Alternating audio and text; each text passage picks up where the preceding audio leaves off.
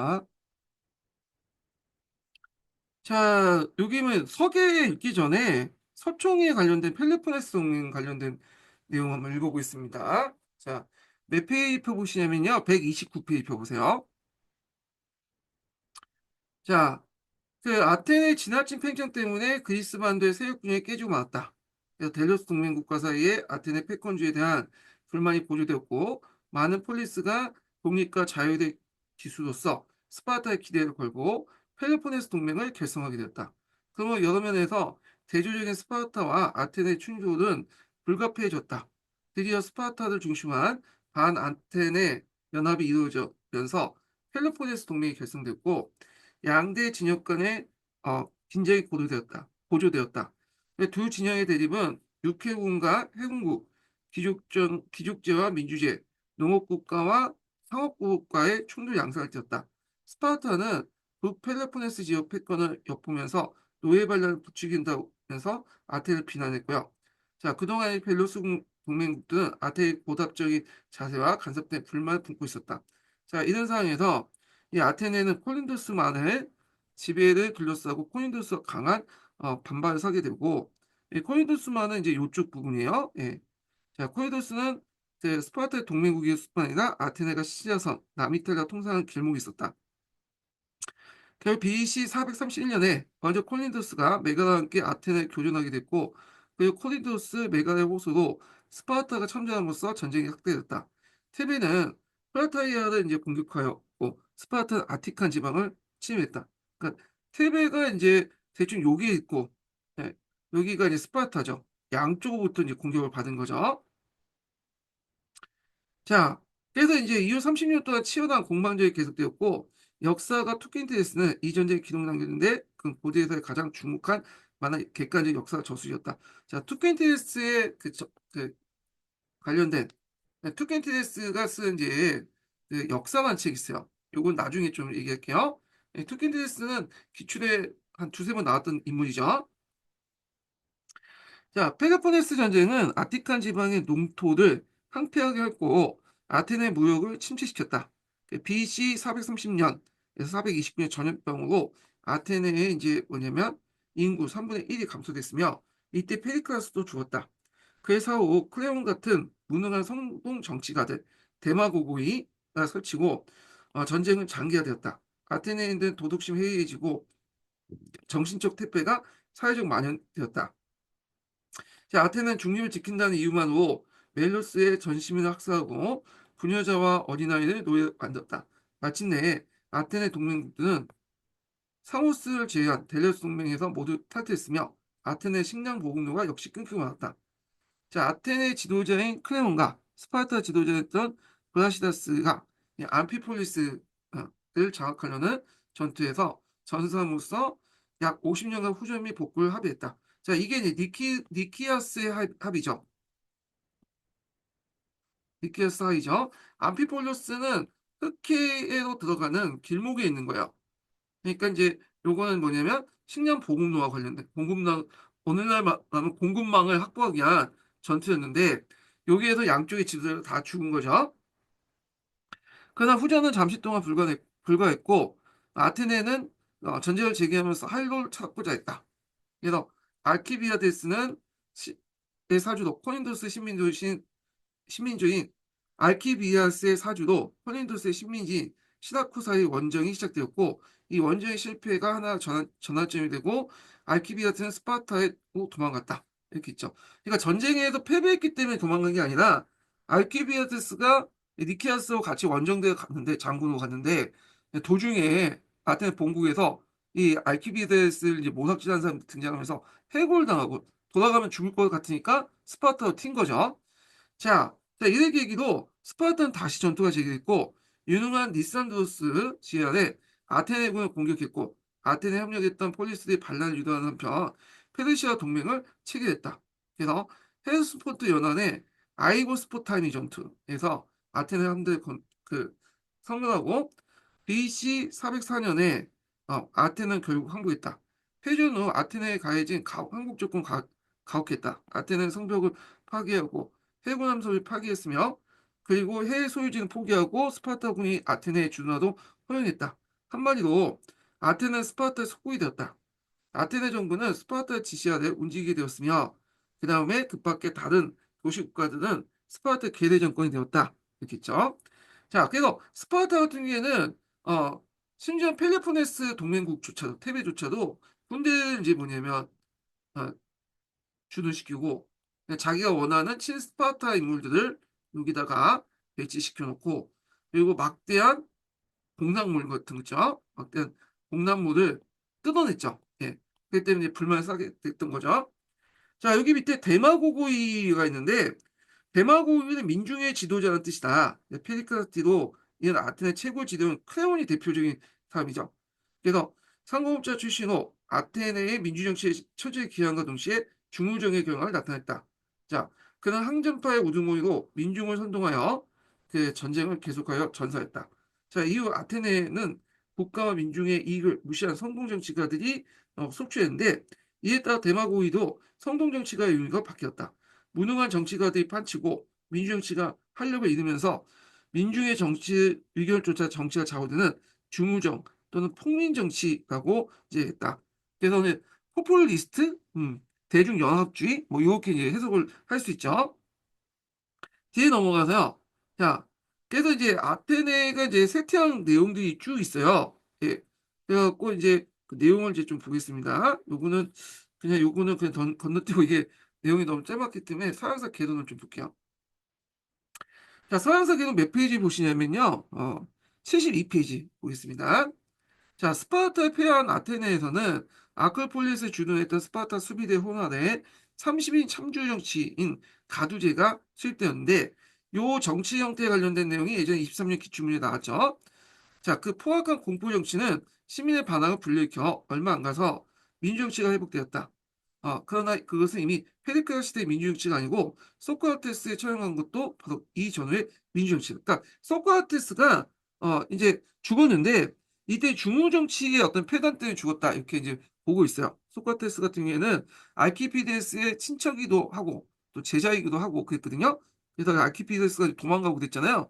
그래서 똑같은 이제 무리라고 생각해서 이제 처단하는 것 같은데 뭐 하여튼 자, 아테네를 대신하고 지도적 위치에 차지한 스파르타는 각 폴리스의 군대 감독관을 파견하고 고에게 공납금을 요구하는 등 아테네에게 더 억압적이었다.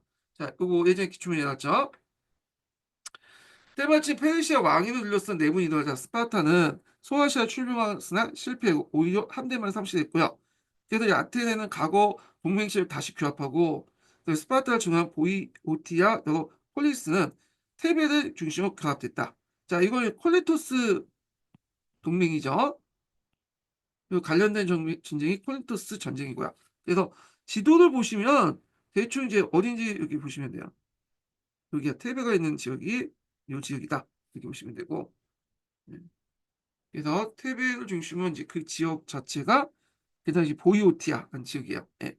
자, 그래서 소아시아 완전히 페르시아에게 건너준 대신에 본토를 패권을 유지하려고 했다. 그러나 함대를 상실하고 보수적인 경직된 정치체를 가진 농업국가 스파르타는 힘든 일이었다. 자, 뭐 이렇게 있고, 그래서 요 관련된 내용이 이제 여기 있고, 앞에서 얘기한 제가 이게 쏙 빼먹었다고 하는 이유가 뭐냐면, 그게 구체적인 설명이 없어. 여기는.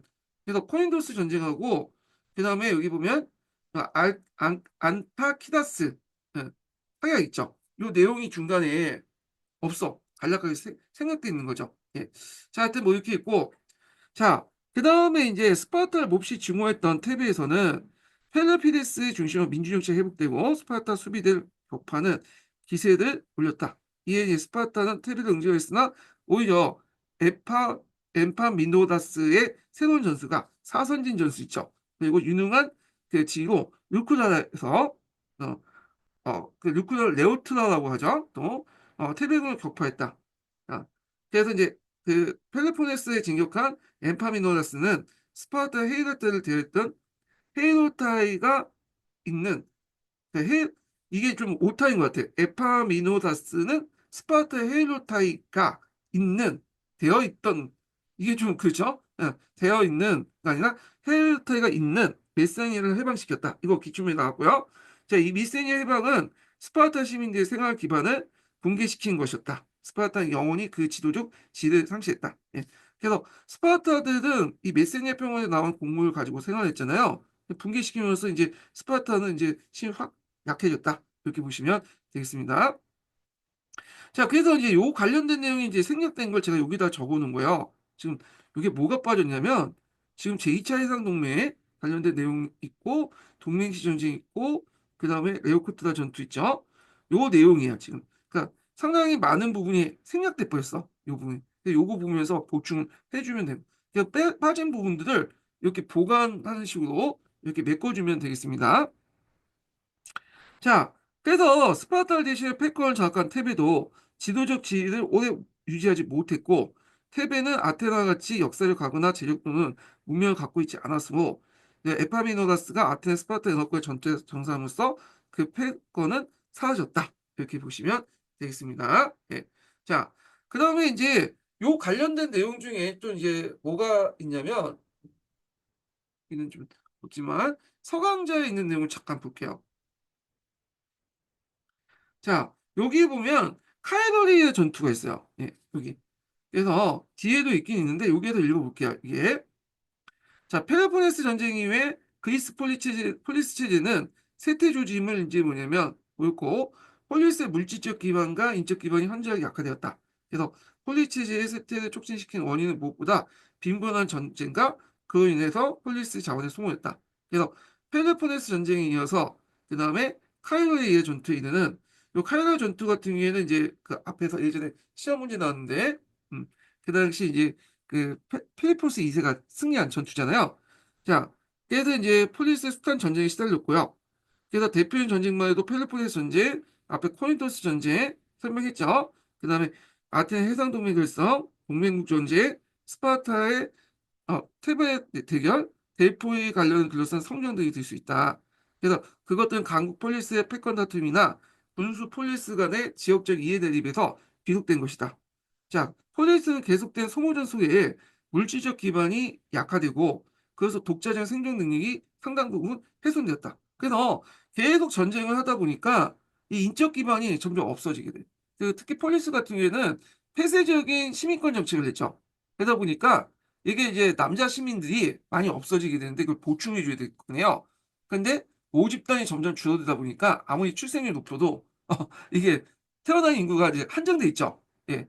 그래서 나중에 들어가면 들어갈수록 이제 용병들이 오히려 팔을 쳐요. 시민들은 이제 전쟁을 안 하고 좀 규모도 축소하다 보니까 용병들이 와갖고 전쟁을 하고 그다음 용병들이 또 쿠데타에 이용하고 그 지역을 장악하는 그런 문제점이 등장을 하게 되는 거죠. 예. 그런 것도 이제 염두 두시고요. 근데 이제 노마 같은 경우에는 이 당시 전쟁을 많이 했잖아요, 노마도. 근데 노마 같은 경우에는 시민권을 좀 유연하게 해서 자기 피지배 민족들에게 상당히 많이 풀렸죠. 또, 그 시민권을 많이 줬잖아요. 피시민, 그러니까 피시민지들에게, 아니, 말 잘못했다. 다시 할게요. 그 자기 정복민들에게 많이 이제 시민권을 이제 노마 시민권을 줬잖아요. 끊임없이 이제 피를 받아서 전쟁의 원동력, 그러니까 외부 팽창 원동력 삼았다. 이렇게 보시면 되겠습니다. 자, 그래서 이제 그것은 공동체 유대에 약할 듯하는데 폴리스 구성원 시민단 내부에 분열이 생겨 결속이 약화된 것이다. 자, 시민단 분열은 기원전 4세기 때 부쩍 심화된 빈부 갈등과 연관되는데 자, 부자들은 전쟁과 공동체 운영에 필요한 경제 부담을 버거웠고 특히 공역 부담을 기피하려고 했다. 특히 이제 이게 서양사 강의에 있는데 특히 아테네 같은 경우에는 이게 사회적 갈등을 어떻게 해야 되냐면 일종의 부자들이 기부로서 이제 했거든, 기부.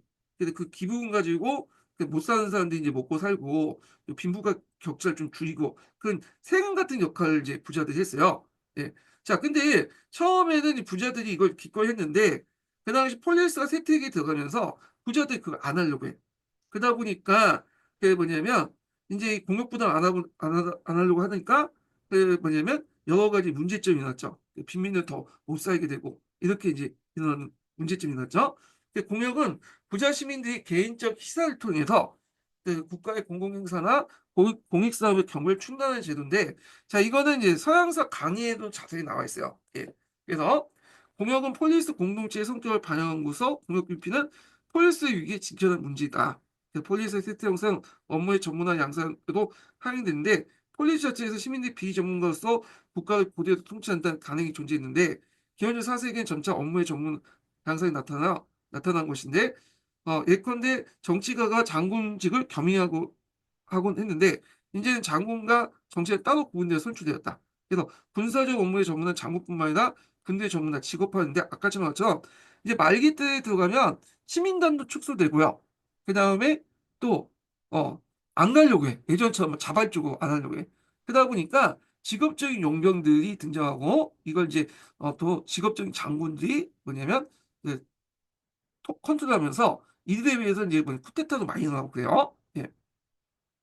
자, 하여튼 이렇게 해서 기원전 이제 4세기 이후에는 재정관직도 장군같이 투표로 이제 선출되고요. 그리고 시민들의 자발적 참여와 유대는 약화되고 폴리스를 쇠퇴했다. 그 가운데 이제 폴리스를 쇠퇴하는 속에서 폴리스에 대한 대안도 제시되지 않았고요. 플라톤과 아리스토텔레스의 정치 사상에도 폴리스에 대한 대안적 구상은 나타나지 않고 그 다음에 범그리스주의를 주장한 이소크라테스 역시 폴리스 체제를 고수하려고 했다. 자, 그래서 이소크라테스는 그리스인들의 화학과 통합적인 공동건조를 강조했지만 폴리스 체제를 해체를 주장하지 않았고 그는 폴리스의 보존과 독립을 바탕으로 그리스인의 연합체를 구상하려고 했다. 이렇게 좀 기억을 해두시면 되겠습니다. 그래서 폴리스 문화 쇠퇴 과정 좀 기억을 해두시고요. 그 다음에 이제 이소크라테스 관련된 내용도 좀 외워두세요. 이 사람 나올 것 같은 느낌이 들어. 예. 이 사람이 이제 왜 있냐면 그 이소크라테스가 어떤 사람이냐면요. 그 폴리스의 단합을 되게 강조했던 사람이거든요. 예. 그래갖고 이렇게 했는데 아 그래서 이제 이거 좀 기억을 해두시고요. 그래서 이 소크라테스는 그 당시 필립 2세, 그러니까 마키아벨리 필립 2세가 부각되니까 그걸 통해서 이제 단합을 강조하자. 그래서 이제 필립 2세에 대해 협조적인 사람이야. 물론 폴리스 체제를 유지하려고 했던 사람이고, 자, 그렇지만 이 소크라테스에 대학 그 반대했던 사람이 누구냐면 그 데모스테나스라는 사람이 있어. 데모스테나스. 이 사람 폴리스의 단합, 페르시아 원정, 그 다음에 폴리스 유지 이런 걸 내는데 데모스테네스는 폴리스 유지는 동일한데 이 사람이 이제 뭐냐면 필리포스 2세에 대해서 상당히 비판적인 사람이에요. 이 사람은 폴리스를 깰 사람이다. 그래가지고 이제 필리포스를 되게 비판했고 그래서 이 데모스테네스는 국민군의 창설 주장과 그 다음에 무슨 동맹을 이제 주장하냐면 어, 칼케이도니아 동맹을 결성을 주장해요. 자, 그래갖고 결국에는 이제 이 필립이 이런 동맹을 깨야 되겠죠. 그래서 결국에는 그 서도우죠. 이 칼케도니아 동맹의 결성을 주장한 거죠. 그래서 이게 이제 구체화된 것이 이제 코린토스 동맹이야. 이 코린토스 동맹을 누가 깼다? 필립이 케로네아 전투에서 깼다. 이거 좀 기억을 해두시면 돼요. 이거 예전에 기출문에 나왔던 거죠. 예. 그래서 이제 이렇게 있고 그 뒤에 이제 좀 계속 읽어보겠습니다. 자, 폴리스의 인적 물적 기반이 약화된 동안 그리스의 신흥 강국으로서 부상한 것은 북방의 마케도니아 왕국이다. 기원전 4세기 중엽부터 마케도니아의 필리포스 2세는 폴리스의 세력 약화를 이용해 그리스인들에 대한 정치적 영향력을 강화할 수 있었다. 그래서 마케도니아는 풍부한 자원과 막강한 군사력을 효율적 왕권을 바탕으로 더욱 강성해졌고 마침내 카이로네의 전투 이거 예전에 시험 문제 나왔죠? 예.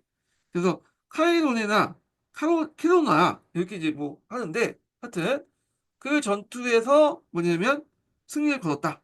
이로써 이제 폴리스는 기본 정치라는 고대 그리스의 역사가 마감됐다. 그래서 요 뭐냐면 카이로네아 전투 또는 캐로네아 전투의 의미를 쓰다 보면 폴리스의 기본 정치라는 그 고대 그리스 역사의 마감 이렇게 이제 보시면 되겠고요. 그 다음에 고종기의 마감이라고 또 해서 볼 수 있고 그래서 이 폴리스가 해체돼서 왕국은 이제 이렇게 통합이 됐다. 그래서 그리스인데 마케도니아 왕국에 계속되었다. 그러니까 예전에 한번 요 전투 이름 쓰는 거 나왔으니까 좀 기억을 해두시고요. 자, 그래서 이제 요 관련된 내용 있는데, 자, 여기 뒤에 부분은 이제 각자 읽어보세요. 이 서계 관련된 내용은 시험 문제 나올 것 같아서, 나오지 않을 것 같아서 넘어가고, 자, 그냥 마케도니아 관련된 내용 보겠습니다. 마케도니아 흥기. 앞에서 읽었던 서강자 내용하고 좀 연결시켜 보시고요. 서양사 총론에도 그 관련된 내용이 또 나와 있어요. 예. 그래갖고 여기 있는데, 여기는 이제 그 뒷부분하고도 연결돼 가지고 이게 있고 이거는 잠깐만요. 이게 또 뒤에 가야 돼 이건. 서촌 같은 경우에는 문화 부분을 넘어서 알렉산더 제국 넘어가야 되거든요. 예. 잠깐 보면요. 예, 이 페이지야. 네, 여기서 찾는 게 낫겠다.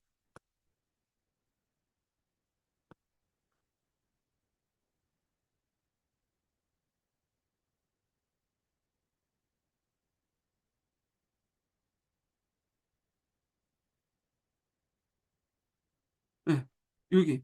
자, 여기에서 이제 제가 이제 얘기하는 그 내용이 있는데, 요건 좀 이따 읽을게요. 그래서 아까 전에 서강자는 그냥 대충 그냥 개요만 설명했고, 이건 이제 그 뭐냐면, 여기 서계하고 여기 부분, 서총 부분을 좀 읽으면서 마케도니아 왕국에 대해서 좀 알 필요가 있는데, 요것도 부분적으로 써져 있기 때문에 제가 이거 기출문제 분석을 좀 읽고 나서 관련된 개론서를 좀 읽어볼게요. 왜냐하면 맥락을 좀 이렇게 깔아놔야지 그 밑에 빠져있는 내용을 이제 채워넣을 수 있거든요. 그래서 서총하고 서기 내용이 맥락이 많이 빠졌어. 네, 그래가지고 일단은 좀 이렇게 읽어보겠습니다. 예전에 이제 캐노네아 전투, 또는 코린도스, 헬레네스 동맹 이런 것들이 문제 나왔어요. 그래서 이제 좀 보겠습니다. 먼저 이걸 하기 전에 마케도니아 왕국이 어디에 위치해 있는 걸 좀 볼게요. 요게 북쪽에 있죠. 마케도니아. 예. 그래갖고 이제 있는데 요게 위치된 데가 마케도니아인데 지금 북마케도니아는 그 국가가 있어요. 예전에 유고슬라비아 지역에 있는데 그 당시 이제 지금 있는 북마케도니아하고 요 마케도니아 왕국은 위치만 비슷할 뿐이지 실제 다른 인종들 구성이거든요. 예, 그래서 하여튼 별개인데 한번 읽어보겠습니다. 자, 마케도니아 민족은 그리스와 트레키아, 일리안의 혼합 민족이다. 예. 그래갖고 이제 원래는 북방의 고산지대에 살고 살았으며 풍부한 강산과 산림, 목축지, 농경지를 유지하면서 발전된 민족이었다. 그래서 페르시아 전쟁 이후 해안지대 그리스 식민도시부터 그리스 문화를 받아들였지만 본토에 있는 그리스인들에게 야만족, 바로바로인으로 이제 취급받았다. 자, 필리포스 2세는 마키다는 왕의 즉위 이전에 테베로 골무로 가 있는 동안 이 에파미노다스로부터 정치와 전술 등에 대해서 배웠다. 그는 강력한 테베군을 보면서 그리스의 이 팔랑크스 제이처, 밀집 대응 도입, 기병과 군수의 전문적인 양성 등 마케도니아 군사력 증강의 필요성을 느꼈다.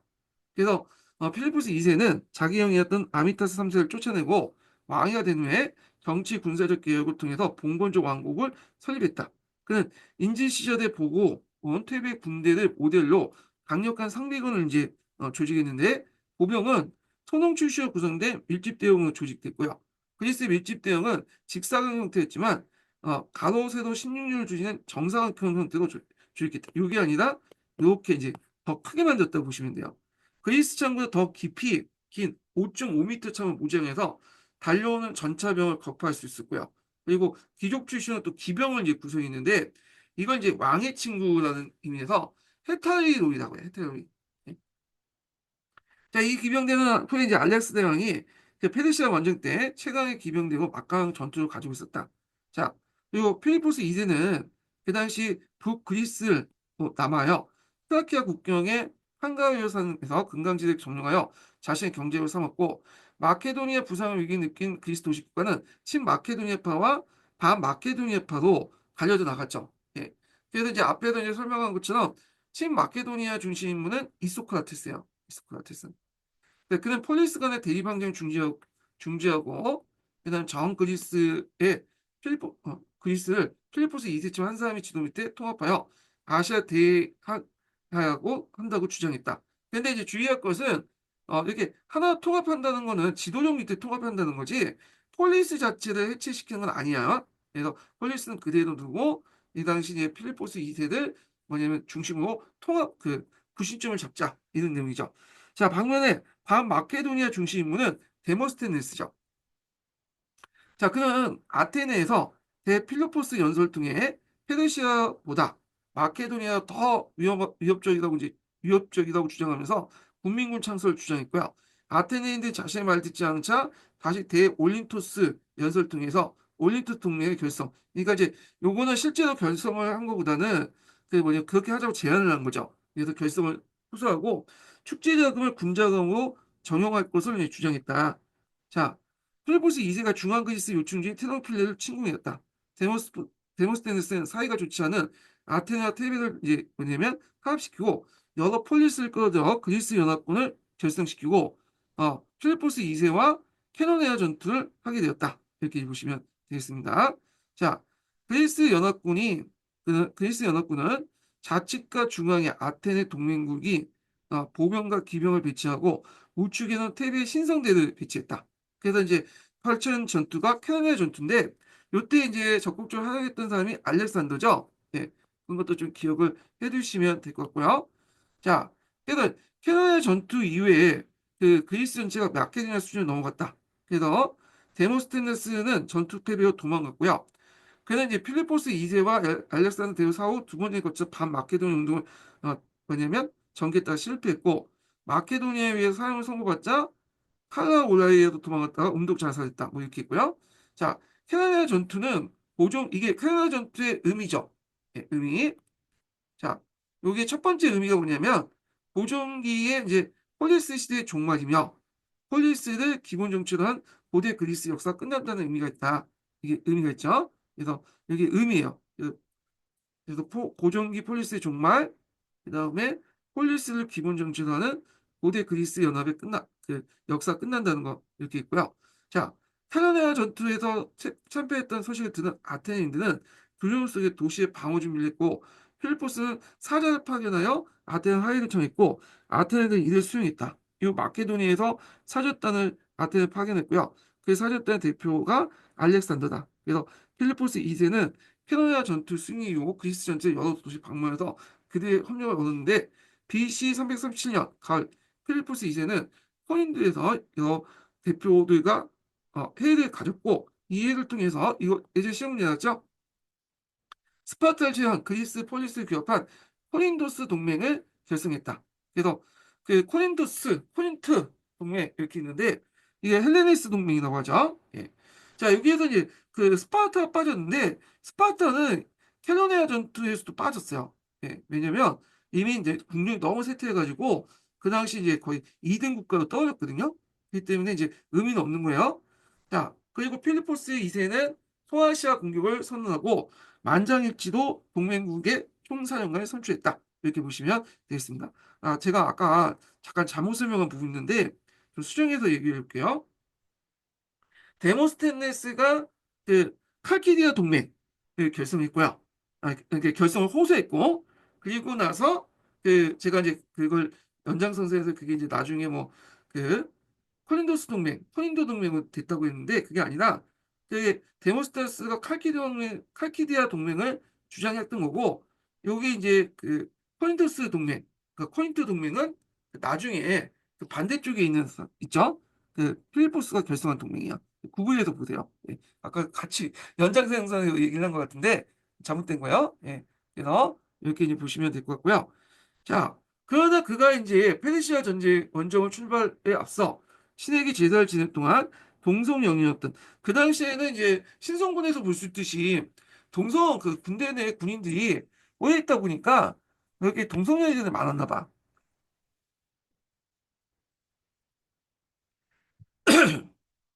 그래서 하여튼 파우사니우스에게 암살됐는데 그때 이제 필리포스 2세의 암살에 알렉산더 어머니가 올리피아스가 이제 간여됐다고 하는데 어머니가 이제 알렉산더의 어머니는 그 당시 이제 누구야? 예, 필리포스를 별로 안 좋아했다고 그래요. 왜냐면 장인을 죽이고 그러니까 자기가 정복하는 과정에서 그 부족장이 딸을 강제로 해가지고 결혼해가지고 결혼한 이가 그냥 강간했죠. 강간해갖고 낳은 아들이 알렉산더이기 때문에 자기 아버지도 죽이고 자기를 능욕했던 사람이기 때문에 뭐 이렇게 이 파우사니우스 시켜가지고 죽였다는 설도 있어요. 예. 자, 하여튼 아버지가 죽자 곧이어 알렉산더는 20살 젊은 나이도 올렸다. 그러자 어린 알렉산더가 즉위했다는 소문을 듣고 반마케도니아 세력이 다시 형성됐는데 그는 그리스 내 반마케도니아 세력을 분쇄하고 아버지의 유지를 받들어 페르시아 원정길에 올랐다. 이렇게 이제 보시면 되겠습니다. 예. 자, 그러면 이제 관련된 내용을 이제 다시 이제 서기에서 이제 보겠습니다. 자, 여기 볼게요. 야, 마케도니아인의 기원은 확실치 않으나 그리스 계통이나 또는 그리스와 트라키아 또는 일리아니노 호남 민족이다. 예. 그들은 그리스 남하 때 북방에 그대로 남아있는 부족사회 형태를 유지했기 때문에 후진 지역이고 따라서 그리스 눈에 볼 때는 야만인이었다. 그러나 해안 지역에 건설된 그리스 식민지를 통해서 그리스의 문화를 받아들이면서 서서히 발전을 계속했다. 그래서 기원전 4세기 중엽에 마케도니아 왕이 오는 필립은 정치 군사적 개혁을 하였다. 그래서 이제 앞에서는 테베를 모델로 해가지고 개혁을 했죠. 그래서 시조를 기반한 봉건조 왕국을 건강한 통일왕국을 만들었고 막강한 상비군을 보유하게 되는데 상비군의 핵심은 자유로운 소농 출신의 보병 밀집 부대. 이것도 테베의 영향을 받았어요. 그 다음에 이제 그 백이족 출신의 왕의 전우로서 중무장 우수한 기병대 이렇게 있죠. 그래서 보병과 기병을 동시에 이제 이용했다. 이렇게 보시면 되겠습니다. 보통 이제 기병 같은 경우에는 밀집 부대, 그러니까 팔랑크스하고 곧바로 싸우지 않죠. 기병이 이제 주로 어떤 역할을 하냐면 정면 돌파하는 거는 정면 갔다가 창에 이제 장창에 찔러갖고 죽기 때문에 그런 건 아니고 기병의 역할은 그 밀집 대응의 문제점이 뭐예요? 이게 창이 길기 때문에 뭐예요? 옆으로 돌릴 수가 없어. 그래서 측면을 이제 뭐냐면 이게 되게 공격해 오면 측면이 공격하면 뭐냐면 이게 나가 떨어지거든요.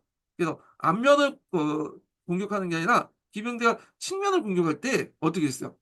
창을 길기 때문에 옆으로 돌릴 수 없잖아. 그러니까 쉽게 이제 무너질 수 있는 거야. 그래서 이 기병대 역할은 밀집 대형의 어떤 이제 뭐냐면 측면을 보호하고 또는 반대로 상대방 밀집 부대의 활약의 측면을 공격하는 역할을 기병대가 했던 거고요. 만약에 이제 이 밀집 부대 형태가 이제 진이 무너지잖아요. 그러면 이제 도망가잖아. 그러면 기병대가 쫓아가서 이제 죽이는 그 역할을 했다. 이렇게 보시면 되겠습니다. 자, 필립은 젊었을 때 볼모로 테베에 오래 머물 일이 있었다. 마치 테베가 패권을 잡고 있을 테라 그는 에파미노다스부터 정치와 전술에 가장 많은 걸 배웠다. 그리고 그리스의 사정에 정통하게 되었다. 그러므로 필립은 남마와 같이 복잡하게 얽혀있는 것 같이 흩어진 그리스에 통합하여 숙적인 페르시아 정복 전쟁을 세웠고요. 이때 이제 페르시아 정복 전쟁을 내세웠던 그 이소크라테스죠. 자, 그 세력을 남아시키게 되었다. 자, 이에 대해서 이제 그리스 의견이 친마케도니아파와 반마케도니아파인데 친마케도니아는 이소크라스, 반마케도니아는 데모스테네스죠. 그래서 아테네 운명과 데모스테네스 중심으로 반마케도니아파는 페르시아 유보다 마케도니아 유이 더 직접적이고 긴박하다고 주장해요. 아테네 테베를 회합시키고 반마케도니아 전선을 형성했고 그 아테네 테베 연합군은 켈로네아 해서 크게 이제 뭐냐면 패배했고요. 필립은 곧 스파르타는 그 당시에 이제 의미가 없어요. 얘는 이제 약하기 때문에 제시키고 그리스 폴리스를 그 앞에서 콜린도 그다음에 콜린토스 다 동일한 거야. 이거는 포기법의 문제니까.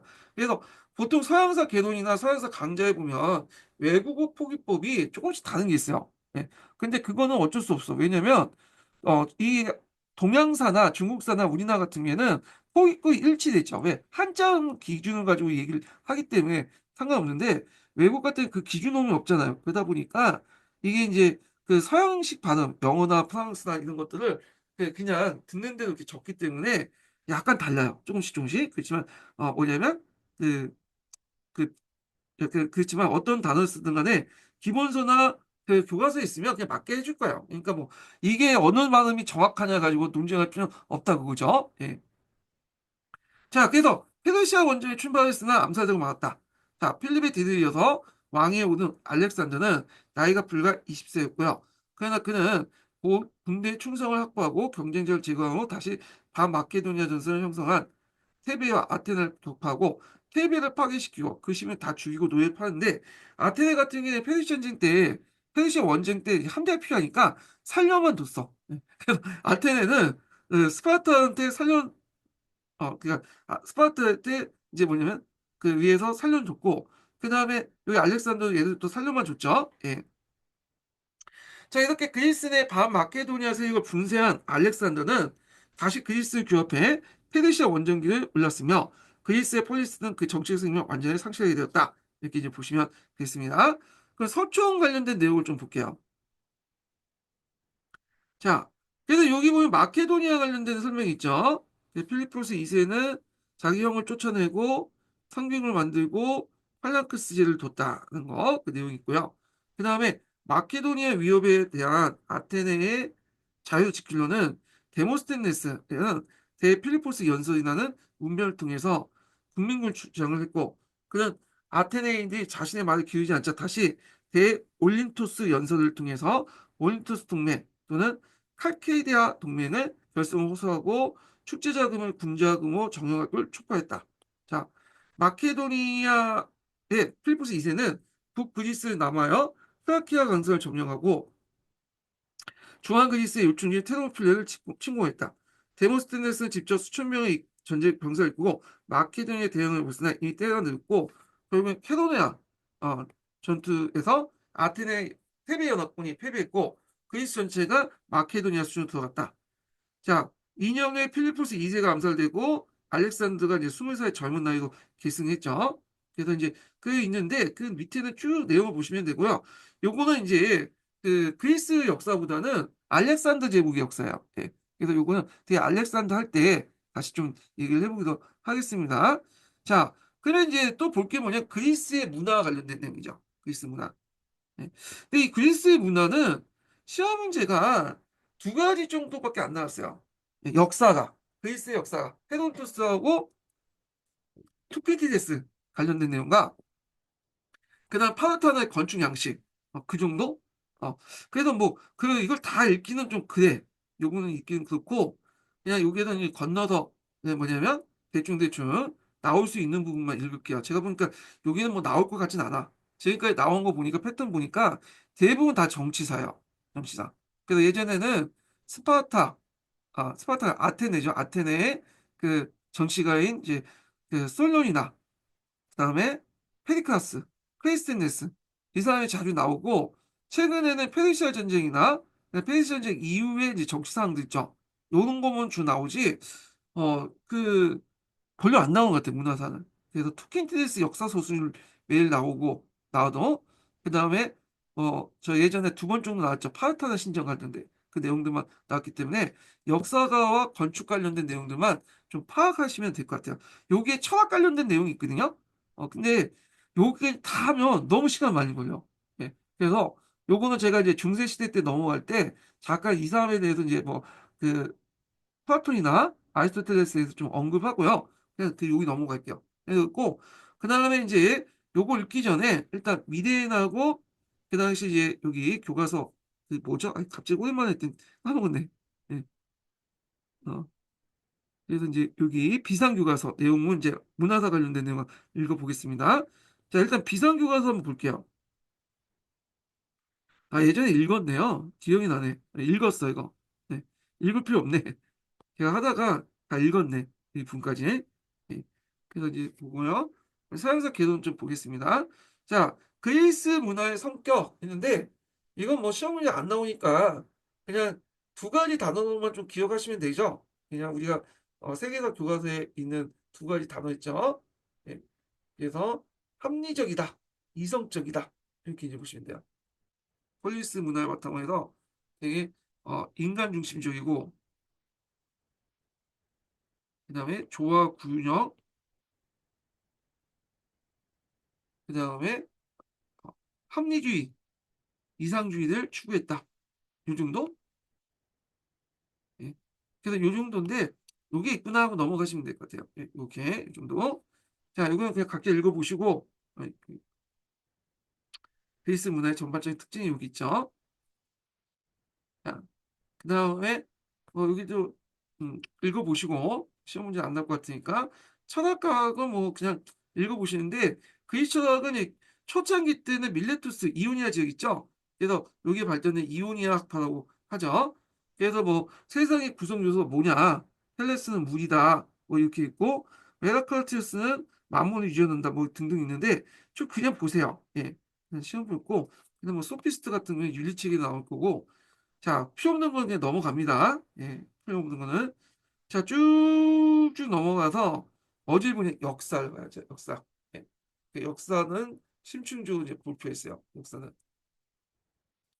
자, 이 역사는 이제 두 명이 유명하죠. 헤로도토스하고 그 다음에 투키디데스 이렇게 있는데 요게 이제 차이점을 물어보는 문제가 나왔고, 그다음에 이제 뭐냐면 투킨테이스 역사의 특징 이런 것들이 한 세 번 나왔나? 투킨테이스 많이 나오더라고요. 예. 페노토스는 한 번 예전에 96년도에 한 번 나왔고 09년도에 한 번 나왔나? 잠깐 언급됐고 그랬는데 하여튼 보겠습니다. 자, 요거 하기 전에 두 번째 인증문 알려드릴게요. 두 번째 인증문은 59번입니다. 두 번째 인증문 59번이에요. 참된 뜻의 철학과 미학을 낳은 그리스의 합리적 정신은 또한 오리엔트 연대기를 넘어서 참된 의미의 역사소를 탄생했다. 그래서 역사학의 아버지라 불려지는 헤로도토스가 있다. 그래서 소아시아 할리카르나소스 출신으로 부유한 가족에 태어나 좋은 교육을 받았고 커서 이집트, 아프리카, 메소포타미아, 흑해 연안 등 당시의 문명 세계를 두루 여행하면서 많은 걸 보고 들었다. 자, 40년경, 40세경 아테네에 이주하면서 얼마 동안 살다가 이탈리아 옮겨 거기에 사망했다. 자, 그의 역사. 이 역사인데 뒤에 투킨티스도 역사예요. 예. 그래서 이제 역사한 이름보다는 뭐랄까요? 부제로 유명하죠. 페르시아 전쟁사, 여기는 펠로포네스 전쟁사 이렇게 이제 얘기하는데 그래서 이 페르시아 전쟁사에서 이 사람은 이 페르시아 전쟁을 두 세계에 둘러싼 어떤 싸움이라고 이제 본 거죠. 전제와 자유의 투쟁. 예, 이렇게 보고요. 이 사람은 이제 좀 특징이 뭐냐면 좀 약간 이제 문학적 서사 같은 것죠. 내러티브를 적극적으로 받아들여. 예. 그래서 전설이나 사료에 대한 무비판적이고 정확성이 없다라는 비판을 많이 받고 있어요. 근데 이 사람이 쓴 내용들 보면 최근 고고학적 성과 기록이 상당히 일치된 부분이 많거든요. 예. 그래서 대표적인 게 노마의 기년 있죠. 노마가 너무 빨리 건국된 거 아니냐. 왜냐면 아테네 뭐하고 비슷비슷하게 건국됐으니까. 자, 그런데 최근에 고고학적 성과를 보니까 노마의 건국 시기가 딱 맞았다는 거야. 거기에 그 탄소 동위원소 이렇게 연대 측정을 보니까. 그래서 거짓말은 아니었다. 물론 뻥튀기 좀 있어도. 자, 그래서 이제 이런 특징을 가지고 있다는 걸 좀 보시면 될 것 같고요. 한번 읽어보겠습니다. 자, 그의 역사는 페르시아 전쟁을 주제로 한 것이지만 그는 이 전쟁을 근본적으로 성격을 달리한 두 문명의 투쟁으로 보고 그 배경이 된 두 세계를 널리 살피고 서술했다. 그건 문명사를 배경으로 한 전쟁사였으며 헤로토스에 의하면 그 전쟁은 전제와 자유의 투쟁이었다. 그는 각종 보고나 견문을 깊이 확인하지 않고 수록됐기 때문에 무비판적 정확성이 없다는 비판을 한다. 좀 약간 내러티브적 성격을 띠고 있다. 사회 비판을 별로 안 했다. 이렇게 보시면 되겠습니다. 그러나 최근의 연구나 고고학적 발견은 그의 서술이 그렇게 신빙성이 없는 것이 아니라는 것을 말해주며 특히 그가 페르시아 전쟁을 주제를 삼음으로써 그것의 문명사적 배경과 유대를 넓게 고찰하고 서술한 점에서 높이 평가한다. 이렇게 했고요. 자, 투켄티데스 볼게요. 시험 문제, 이 투켄티데스가 이제 시험 문제 많이 나오거든요. 예. 그래갖고, 요 사람은 이제 좀 약간 정리를 좀 해볼 게 있어요. 이 사람이 좀 시험 문제 나왔기 때문에 한번 정리 좀 해보고 읽어보겠습니다. 예. 저는 52페이지.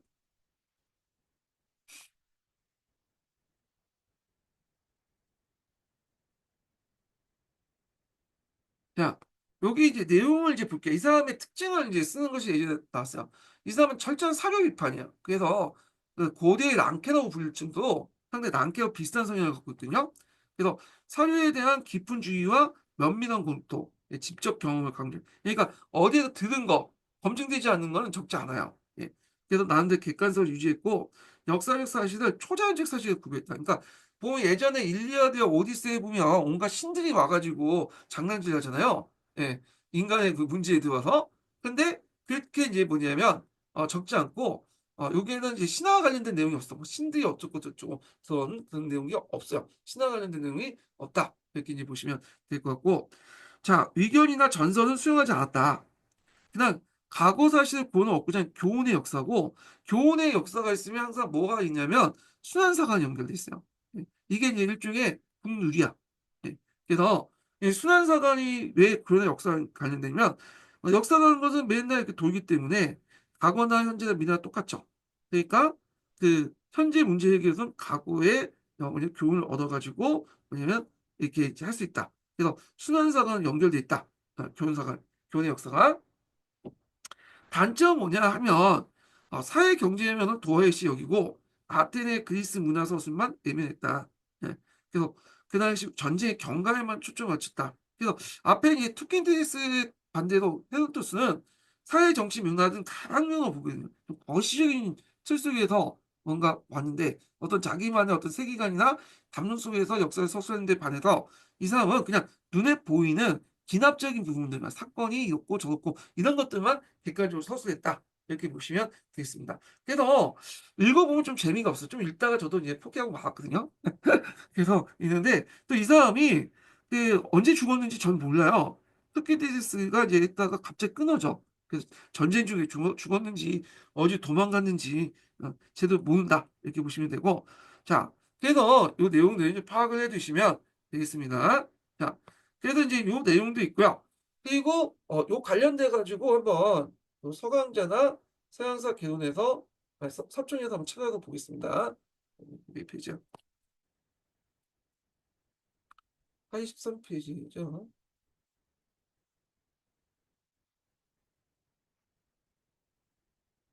어, 서강자 37페이지 볼게요. 예.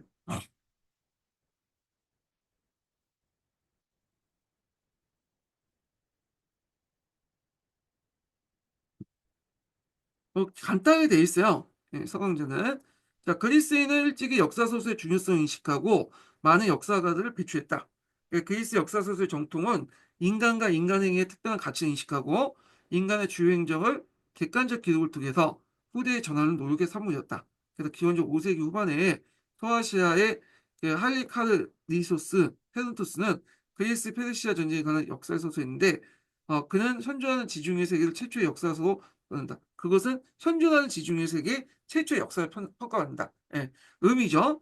자, 그는 지중해 일대를 이제 직접 여행하여 자료를 수집하고 선발해서 그리스와 페르시아, 이집트를 포함한 지중해 세계 일대 역사와 지리, 그 다음에 그 민속을 상세하게 기술했다. 하지만 그의 역사 소수는 신화와 전설이 뒤섞여 있고 엄격한 사료 비판 태도가 결여되어 있기 때문에 진수의 신빙성 측면에서 많은 비판을 받기도 한다.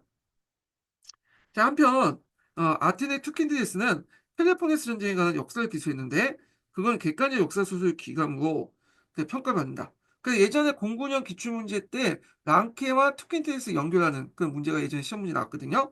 자, 그는 자신이 직접 경험한 전쟁에 대한 엄밀한 사료 비판과 확실한 증거 제시, 객관적 서술을 시도하면서 합리적 역사 소설의 모범을 제시했다. 그래서 헤로도스와 투킨디데스가 수행한 역사 소설 작업은 이후 서양 역사가들의 정통 기반이었다. 그래서 이 사람의 이제 두 사람의 이렇게 볼 수가 있죠. 영향 이렇게 보시면 될 것 같고요. 자, 그 다음에 이제 또 볼게 이제 서총 관련된 내용 보겠습니다. 서총 144페이지 볼게요.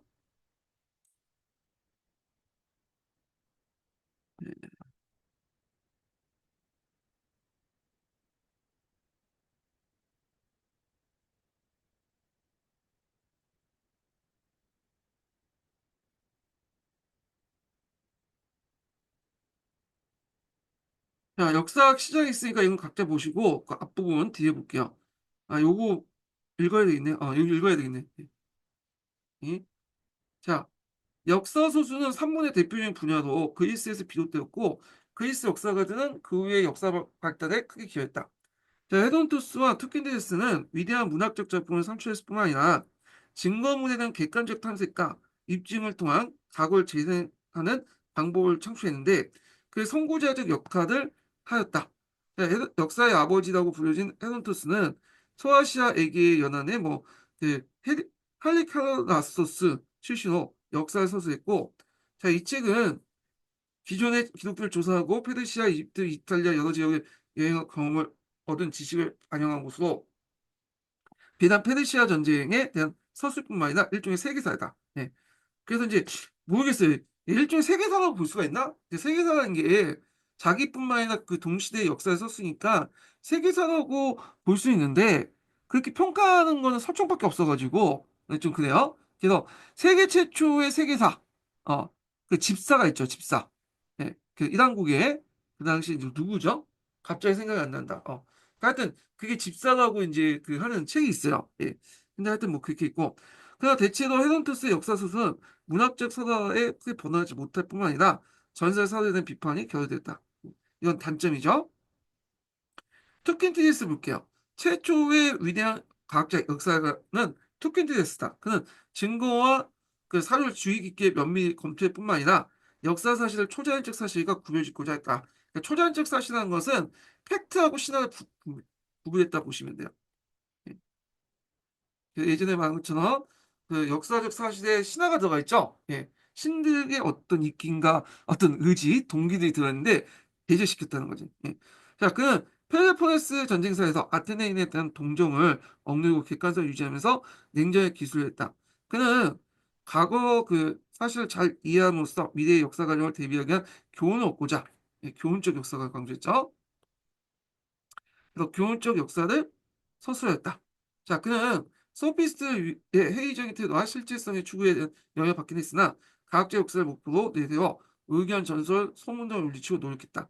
그러나 한계가 있죠. 사회 경제적 면에서 도외시했던 점에서 그의 사관이 결합되었다. 예. 그래서 객관적 팩트만 강조했다. 사실의 날만 했다. 그러니까 약간 낭패하고 비슷하다. 구조 이런 것들은 생각을 안 한다는 거죠. 투킨디스는. 자, 그래서 이제 이렇게 해서 한번 봤고요. 다시 이제 서기에 들어가서 또 밑에 문학 관련된 내용인데 문학은 호메로스 일리아드 오디세이. 그래서 이제 BC 9세기 때 그 존재했던 사람인데 그 당시 페니키아 문자가 도입됐죠. 그래서 그걸 바탕으로 해서 고대 그리스 문자를 썼다고 하는 전설적 인물이에요. 예. 그래서 일리아드 오디세이를 통해서 BC 12세기 8세기 때 그 다크에이지 시대 있죠. 이 암흑 시대의 이제 뭐냐 역사를 알 수 있기 때문에 이 암흑 시대를 호메로스 시대라고 하죠. 예.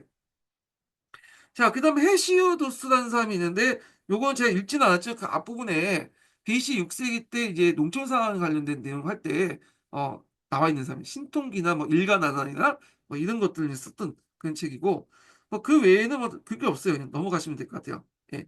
그래서 뭐 쭉쭉 넘어가고 예. 그래서 뭐 시극이 있고 이제 관심 있는 분은 보시고 예. 그다음에 이렇게 있고요. 그다음에 쭉 넘어가서 미술을 보겠습니다. 미술. 자, 미술에서 볼 거는 이제 건축이죠. 건축 양식. 그래갖고 이 건축 양식을 이제 놓는데 요거는 이제 설명이 그림이 없어가지고 요걸 이제 좀 얘기를 하겠습니다. 자, 그리스의 이제 그 건축 양식 크게 세 가지 양식으로 되어 있어요. 그래서 도리아식, 그 다음에 이오니아식, 혼인도식 이렇게 있는데 도리아식은 이제 여기 보시면 주두가 이게 주두라고 하거든요.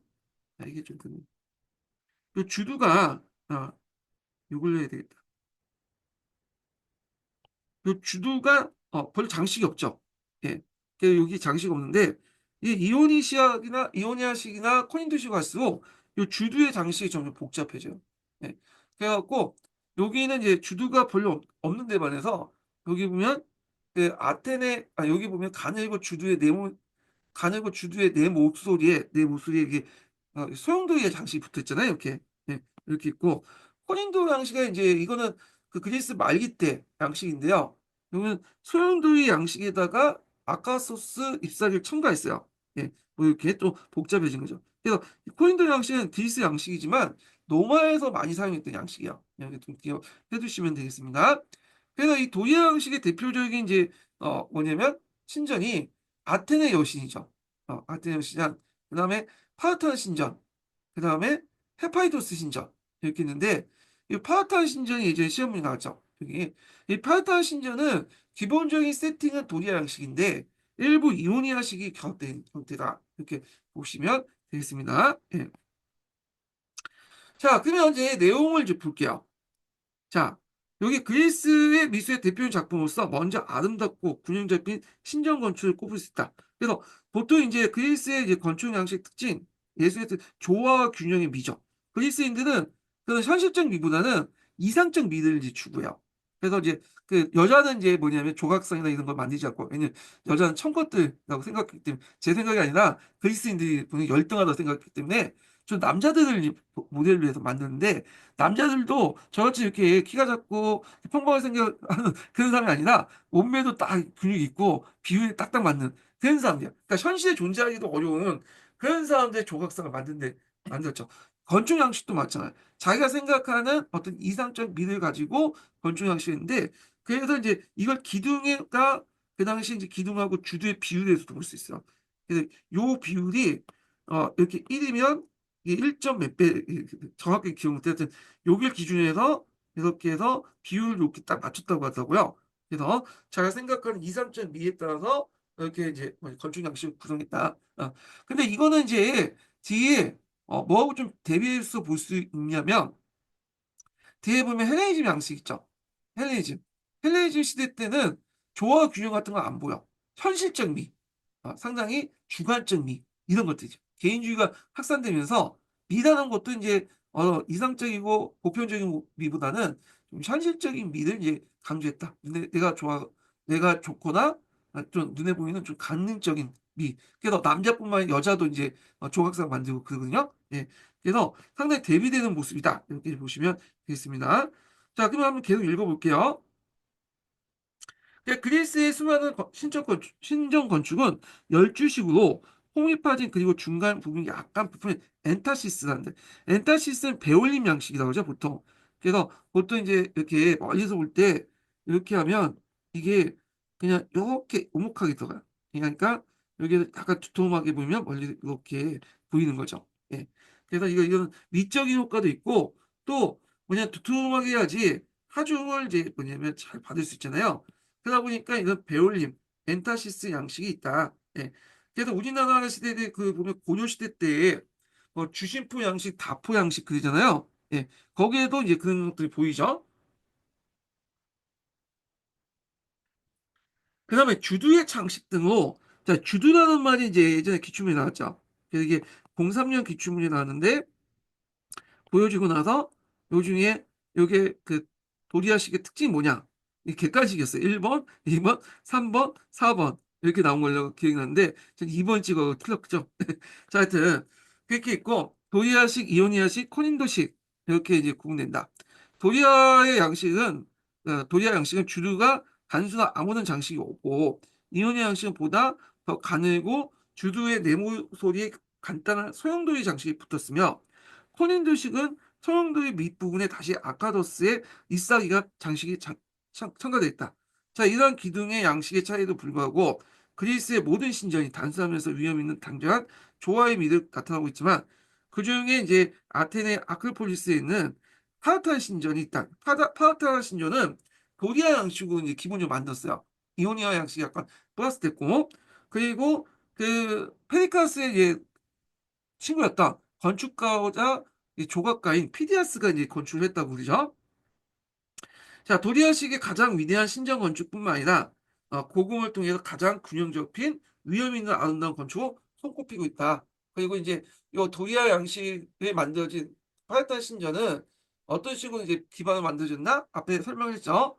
해상 무역을 통해 얻은 수익, 델로스 기금 등등을 통해서 이게 파르타 신전이 만들어졌다. 예전에 한번 시험 문제 나왔어요, 이 부분이요. 그리고 파르타 신전이 여기 이제 그 지붕이 지금 날라갔잖아요. 그래서 지붕이 왜 날라갔냐?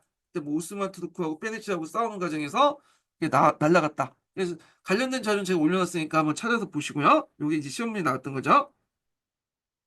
자, 신적 건축에 못지않게, 아니 오히려 그걸 능가할 정도 그리스 미술의 산물은 아름다운 대리석 조각들이었다. 그래서 이제 아테네 파르타 신전에도 그 건조에도 관여했다는 그 생각에 페리클라스의 제일 위대한 장가 조각가 페이디아스 또는 피디아스라고 읽죠. 아테네 여신상에 안치되어 있으며 어, 그 청화복궁과 주릉 사이의 벽면에 페디아스 내지 그의 지혜받은 제자들의 손으로 제작된 일련의 전투 장면의 조각 작품을 새겨져 있는데, 여기 대형 박물관이 있다고 해요. 대형 박물관 가보시면 남의 걸 다 악탈해갖고 갖다 놨잖아요. 예. 그래서 뭐 이렇게 있다 이렇게 보시면 될 것 같고, 자, 밑에 뭐 이제 뭐냐면 조각이 있고 해화가 있고 그런데 각자 보세요. 이거는요 보자기가 있는데 도저히 시험 문제 안 나오니까 넘어가고, 잠깐 이제 서양사 총론 내용을 좀 보겠습니다.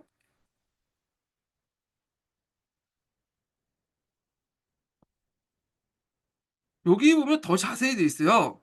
도리아식이 있고 쭉 있는데 한번 읽어보겠습니다. 도리아식, 주장식 보면 이렇게 있는데, 자, 건축은 기둥 모양에 따라서 세 가지 양식으로 구분된다. 먼저 도리아식이 가장 기원이 오래되며 가장 단순한 형태였다. 자, 그거는 기둥 받침이 없고 기둥 머리 장식이 없어 장중한 인상을 준대. 파르타의 신전이나 헤파이스토스 신전은 그 대표적인 형식이 이고 아테네 시내에 있는 그 신전은 전에 테세온이라고 추천했으며 그리스 본토에 가장 잘 보존된 도리아 양식이다. 자, 아테네 보호식의 이 안테네 여신의 신전으로 아크로폴리스 정상에 건축된 파르타 신전은 당시에 이제 건축가 조각 예술의 최고 수준을 말해준 걸작이다 할 수 있다.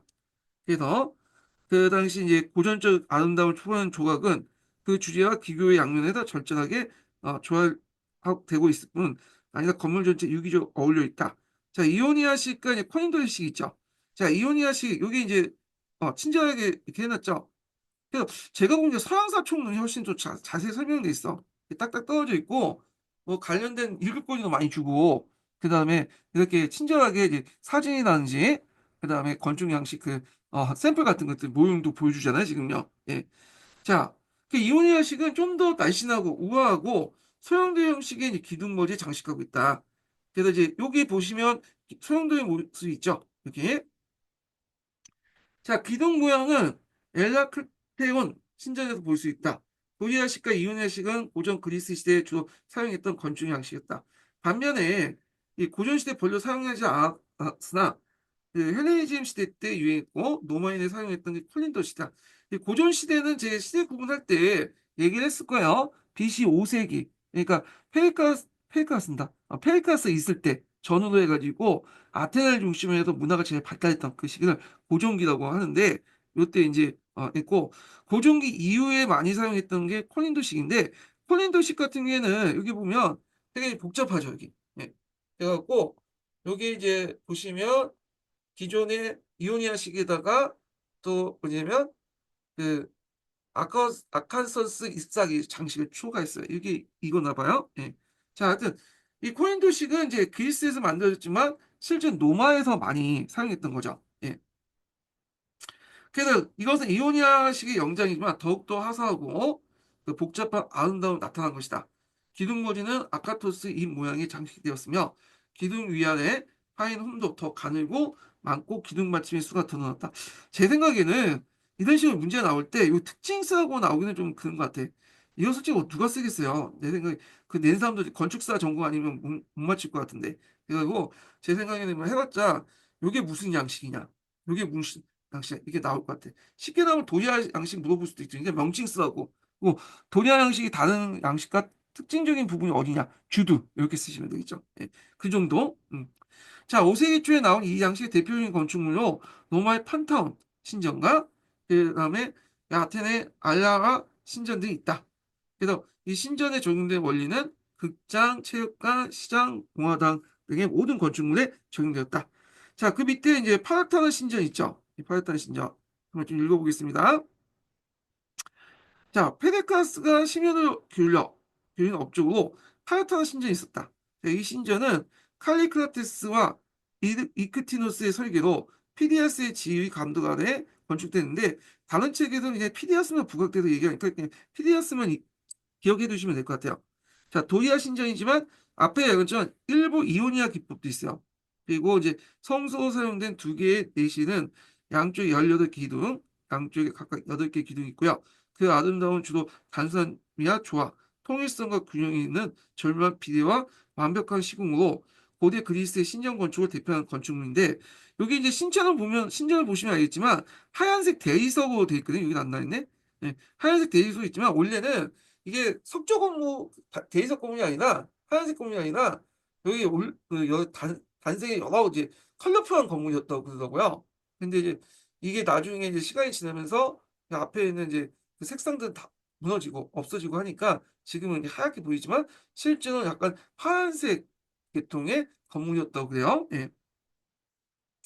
자, 그다음에 포터하우스에 의하면 신정 건축은 시답대책이나 경기 부양책에서 나온 것이 하는데 어쨌든 그런 페르시아 전쟁에 찜하여 아테네 시민대 여신 그 아테네에게 신정 건축을 서약했기 때문에 전후 그 서약을 지키기 위해서 시민전체에 따라 건축된 것이다. 그래서 이제 파르타나 양식은 후세에도 지속적인 영향을 끼쳤는데 예를 들어 19세기 나폴레옹 1세 때 세워진 파리 중심가의 랑마르르네 교회에 랑마르르네 교회에 코린드식 기둥머리를 가지고 있음에도 불구하고 파르타르 신전을 모방한 거다. 뭐 이렇게 있고요. 자, 그래서 이제 이렇게 해서 건축 양식 있고 밑에 조각 관련된 내용이니까 한번 읽어보세요. 뭐 이거는 뭐 관심 있는 분은 이제 보시면 될 거고 미술사에 관심 있는 분은 보시면 될 것 같고요. 그래서 이제 끝나기 전에 제가 어떤 분의 이제 그 권유로 책 GPT, 저책 GPT인가 오픈 AI에서 나온 거 있죠? 책 GPT, 책 GPT에 이제 했는데 근데 너무 좋더라고, 이게. 그래갖고, 제가 이제 모의고사나 기출문제 분석할 때 상당히 좋을 것 같아. 그래갖고, 지금 제가 가지고 있는 파일들, 교과서 파일이나 기본서 파일을 다 올리거든요? 예, 학습시키고 있어요, 지금. 근데 학습시키는데 상당히 오랜 시간을 지금 걸리고 있어요. 지금 한 2, 3일 꼬박해가고 계속 자주 집어넣고 학습시키고 모의고사 문제 유형 만들 때 이렇게 어떻게 만드냐 학습시키는데 얘가 아직까지 추론 능력은 없어요, 별로. 몇 번 그 추론하고 해도 제대로 못해. 근데 이제 기본적으로 이제 기본 그 모의고사 어떤 문제의 형태를 제시한다는 거나 아니면 그 수많은 책들의 관련 자료를 찾아가지고 나한테 제시를 하고 사료를 제시하고 되게 좋더라고요. 예. 그래서 나중에 제가 모의고사 만들 때나 기출문서를 할 때 이 관련 책들을 다 보면서 일일이 찾을 필요 없이 얘한테 물어보면 돼. 파르타르 신전 관련된 거 내가 제공한 자료 중에 관련된 거 다 모아서 줘. 그러면 얘가 서총에 있는 내용이나 그다음에 서계에 있는 내용이나 그 외에 여러 자료들도 와서 주고 그리고 사료도 이제 뭐 예를 들어서 뭐 옹정제의 뭐 그 뭐냐면 지정 문제에 관련된 사료들을 좀 달라 하면 얘가 이제 내가 그 제시된 자료뿐만 아니라 저쪽 이제 탐색을 해가서 검색해서 관련된 자료 착 끄고 와갖고 제시를 해줘. 그럼 내 입장할 때 문제 만들 때 편하죠. 그냥 이렇게 해가지고 복사해서 갖다 붙여 놓으면 되고 그리고 얘가 일단 기본적인 초안을 만들어주면 내가 이거 보고 좀 뜯어 고쳐가지고 문제를 완성을 하고 그러니까 되게 뭐냐면 다 해주는 건 아니지만 옆에 있으면 훌륭한 비서 역할을 할 수 있는 그 기능이 챗GPT에 있더라고요. 그래서 여러분도 한번 그거 어, 그 무료판 말고 유료판 한번 구입해갖고 한번 써보세요. 임용 공부할 때 진짜 괜찮을 것 같아. 그래서 내가 어떤 점을 알고 싶을 때 뭐냐면 물어보면 또 답변해주고 물론 그 전에 저처럼 이렇게 훈련을 많이 시켜줘야 돼. 잘 주고 잘을 많이 주면 줄수록 얘가 정확한 답변을 하고 하거든요. 그래서 여러분들 그 기본서 파일이나 교과서 파일 있잖아요. 그 챗GPT에 다 올려놓고 학습시킨 다음에 궁금할 때마다 물어보면 될 것 같고 어떤 내용을 정리해달라면 일단 정리해주고 상당한 유용할 것 같아요. 예. 그래서 한번 공부할 때 이것도 활용해보는 것도 좋을 것 같아서 얘기를 해드린 겁니다. 그래서 요즘에 좀 AI에 빠져가지고 정신이 없어 저도 챗GPT도 그렇고 그 다음에 그 이게 뭐죠? 예. 하여튼 노트 MN인가? 하여튼 뭐 그 있어요. 뭐다 갑자기 생각나네. 구글에서 나온 구글 노트 MI인가? MR인가 그 프로그램이 있는데 지금 그거 가지고 또 한 10분짜리 이제 그 음성 파일 강의 파일을 계속 만들고 있거든요. 예. 그래서 나중에 이제 보면 더 발전되면 그 진짜 AI가 모든 걸 다 알고 같은 느낌이 들어요. 너무 발전돼 있어. 예. 자, 하여튼 뭐 두렵기도 하고 그러는데 상당히 공부할 때 AI를 잘 이용하면 상당히 좀 도움이 되실 것 같아. 예. 그래서 이제 말씀드린 거고요. 예. 그렇다고 해서 제가 오픈 AI한테 뭐 돈 받고 그런 건 아니에요. 예. 그냥 제가 써보니까 되게 좋아가지고 좀 얘기를 해드린 거예요. 자, 그 다음에 다음 시간 때는 뭘 하냐면 헬레니즘 관련된 내용을 하겠습니다. 알렉산더 대왕. 그래서 알렉산더 대왕은 시험 문제 나오진 않았는데 딱 한 문제 나왔죠. 예. 그래서 예전 사지선당 관련된 문제 나왔거든요. 근데 중요도에 비해서 안 나온 것 같아. 그렇지만 수능이나 이런 데서 자주 언급되기 때문에 한번 그 정치사 중심으로 한번 보고 볼게요. 정치사 중심으로. 예. 자, 그래서 이렇게 하고 그 다음에 노마를 좀 넘어가겠습니다. 알렉산더 끝 다음에 노마를 넘어가겠습니다. 자, 오늘 끝까지 강의 대해 수고하셨고요. 예, 다음 시간에 뵙겠습니다. 자, 출석 체크 진행하겠습니다. 예,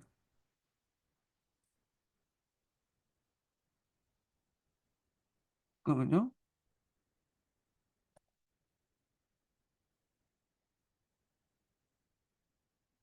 이것도 꺼야지.